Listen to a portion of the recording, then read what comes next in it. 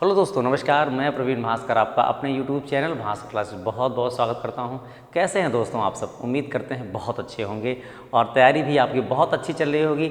यदि नहीं चल रही होगी तो तैयारी को अच्छा करिए, बेहतर बनाइए, ताकि आप अपने भविष्य में जल्दी से जल्दी एक जॉब लेकर अपने आप को सेट कर सकें। दोस्तों, हमारा आज का टॉपिक है लाभ हानि में पार्ट 3 है और आज का जो सेशन है दोस्तों बहुत इंपॉर्टेंट है। परीक्षा में यहाँ से पूरे लाभ हानि में और कहीं से प्रश्न पूछे जाएं या ना पूछे जाए दोस्त, लेकिन यहाँ से आज हम जो टॉपिक आपको बताने चल रहे हैं यहाँ से 1-2 प्रश्न आना सुनिश्चित होता है। वो कोई भी एग्जाम हो, चाहे यूपीपी हो, चाहे एसएससी जीडी हो, चाहे कांस्टेबल हो, एसआई हो या रेलवे का कोई भी एग्जाम हो, बहुत इंपॉर्टेंट होता है। आज का जो हमारा टॉपिक है दोस्तों, आज का जो हमारा सेशन है वो बहुत इंपॉर्टेंट है और बहुत मज़ेदार होने वाला है। बहुत बेसिक लेवल से आपको ट्रिक और बेस दोनों का कॉम्बिनेशन लेकर चलेंगे, ताकि दोनों से आप लगाइए। बेस भी क्लियर होना चाहिए और आपको ट्रिक भी आनी चाहिए जल्दी से लगाकर, क्योंकि एग्जाम पीरियड में हमारे पास इतना कम समय होता है और प्रेशर भी होता है।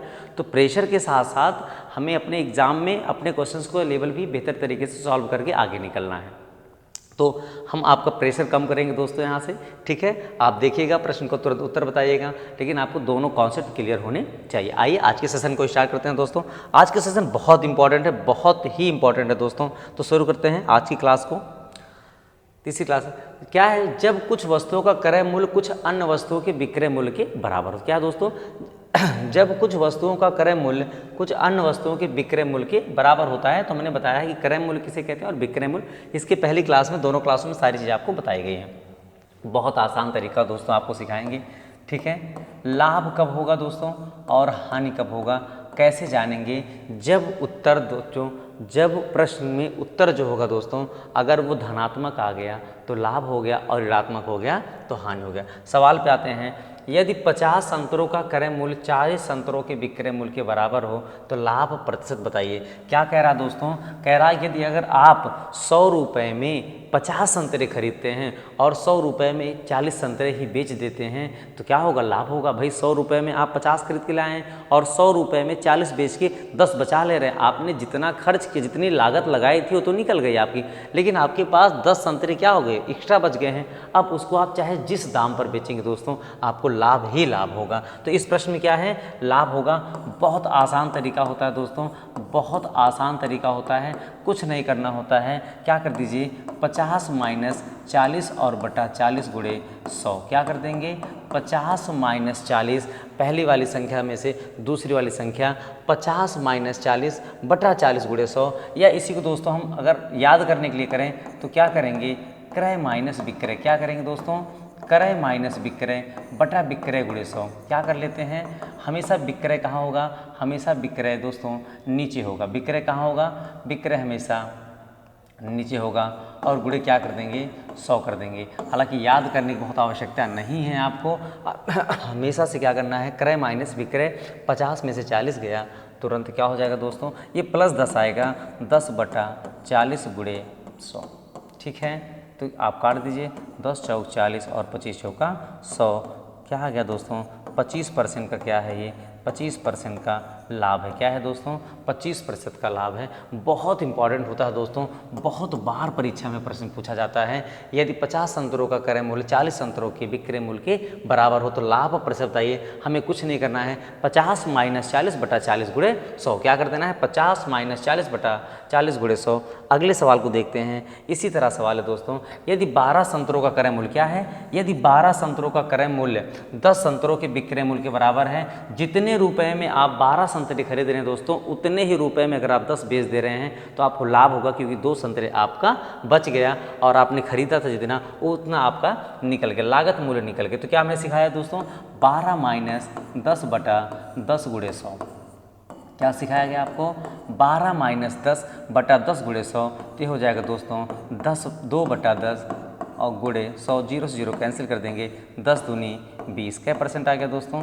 20% आ गया। आपका उत्तर क्या हो गया?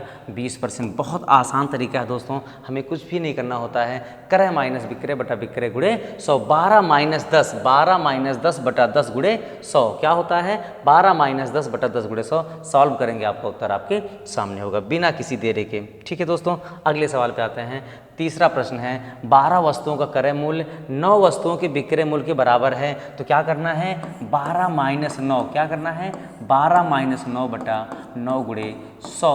12 में से 9 गया 3 है और 3/9 गुणे 100। जब इसको हम सॉल्व करेंगे दोस्तों 3 त्रिका 9, 100 को किससे भाग देना है, 100 को 3 से भाग देना है, तो 3 त्रिका 9, 1 10, 3 त्रिका 9 1 10, 33 सही 1/3। क्या आ गया दोस्तों, 33 सही 1/3% का लाभ है कि हानि है, उत्तर धनात्मक है दोस्तों, तो लाभ है। यदि उत्तर ऋणात्मक आ गया तो क्या हो जाएगा, हानि हो जाएगा। कोई दिक्कत, यहाँ 3 सवाल हो गए दोस्तों, एक ही कॉन्सेप्ट में तीनों सवाल थे, 12-9/9 गुणे 100। ठीक है दोस्तों, आइए अगले सवाल पे चलते हैं। अगला टॉपिक क्या कहता है, अगला सवाल है, रहीम कुछ संतरे इस प्रकार खरीदा बेचा कि 40 संतरों का क्रय मूल्य 50 संतरों के विक्रय मूल्य के बराबर है। जैसे दोस्तों अगर आपने 100 रुपये में 40 संतरे आप खरीद रहे हो और 100 रुपये में ही आपको 50 संतरे बेचने पड़ गए, तो 10 संतरे तो आपको अपने घर से बेचने पड़ गए ना, तो क्या होगा दोस्तों, हानि होगी। क्या होगी, हानि होगी। फिलहाल कॉन्सेप्ट वही है, लगाना उसी तरीके से, उत्तर धनात्मक आएगा तो लाभ और उत्तर ऋणात्मक आएगा तो हानि। ठीक है दोस्तों, क्या करेंगे, यहाँ भी वही करेंगे, 40 - 50/50 गुणे 100। ठीक है, 40 में से 50 गया, -10/50 गुणे 100।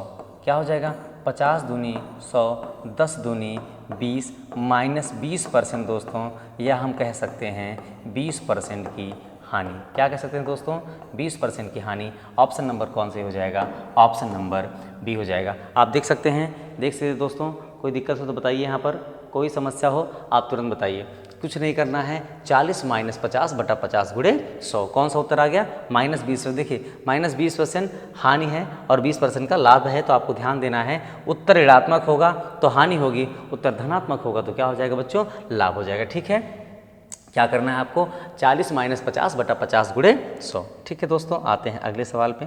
अगला सवाल कहता है, महेश 10 रुपये में 12 अंडे खरीदता है और 20 रुपये में 16 अंडे बेच देता है। क्या करता है, महेश 10 रुपये में 12 अंडे खरीदता है और 20 रुपये में 16 अंडे बेच देता है, उसे कितने प्रतिशत का लाभ अथवा हानि हुआ। इस तरह के सवाल भी बच्चों बहुत इंपॉर्टेंट होते हैं, परीक्षा में अक्सर देखने को मिलते हैं, बहुत आसान तरीका है। जब 2 संख्याएं दी होती है तो क्रय माइनस विक्रय कर लेते हैं, जब 4 संख्याएं दी होगी दोस्तों तब हम क्या करेंगे, आइए देखते हैं। सबसे पहले हम चारों संख्याओं के साथ लेंगे, क्या, 10, 12, 20 और 16।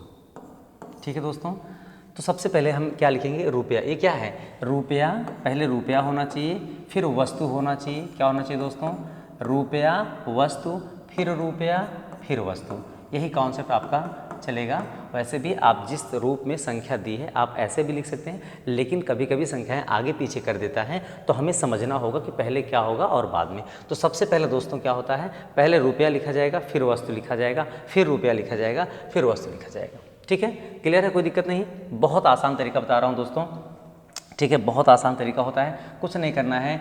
किनारे वाले का किनारे वाले से गुणा कर दीजिए दोस्तों, और बीच वाले का बीच से। क्या कर दीजिए, किनारे वाले का गुणा किनारे वाले से कर दीजिए और बीच वाले का बीच। चूँकि भास्कर क्लासेस में पढ़ रहे हैं और भास्कर क्लासेस का जो सिंबल है वो उगता हुआ सूर्य है दोस्तों। क्या है, याद करने के लिए क्या है, उगता हुआ सूर्य है। बहुत आसान तरीका है। उत्तर धनात्मक होगा दोस्तों तो लाभ होगा, और उत्तर ऋणात्मक होगा तो क्या हो जाएगा दोस्तों, हानि होगी।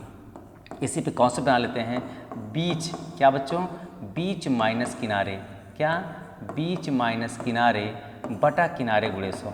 याद करने के लिए बाकी हम कॉन्सेप्ट से ही आसानी से हल कर लेंगे दोस्तों, कॉन्सेप्ट से ही हल कर लेते हैं। हमने कहा चारों संख्याएं एक साथ लिख दीजिए, बीच वाले का गुणा बीच वाले से और किनारे वाले गुणा किससे कर दीजिए, किनारे वाले से दोस्तों। तो क्या हो जाएगा, 12 दूनी 24, 240 माइनस 160।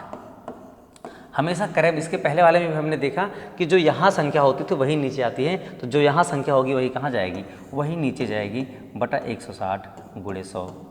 बस दोस्तों इसी को सॉल्व कर देंगे, ये हो जाएगा 80, ये हो जाएगा 160 और गुणे 100।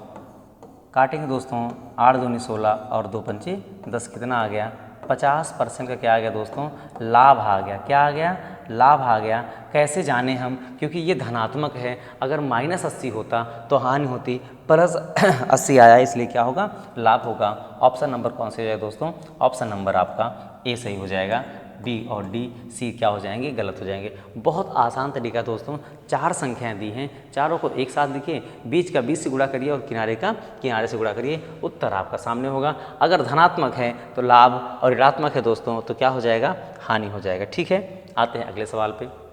गीता ने कुछ कलमें 8 रुपये में 10 के भाव से खरीदी और उन्हें 10 रुपये में 8 के भाव से बेच दिया। मैंने क्या सिखाया दोस्तों, पहले आप 8 लिख लीजिए, फिर क्या लिख दीजिए दोस्तों, फिर आप 10 लिख दीजिए, फिर क्या दिया है, फिर 10 दिया है और फिर क्या दिया है, 8। ठीक है, रुपया वस्तु क्या करेंगे, किनारे से गुणा करेंगे और बीच का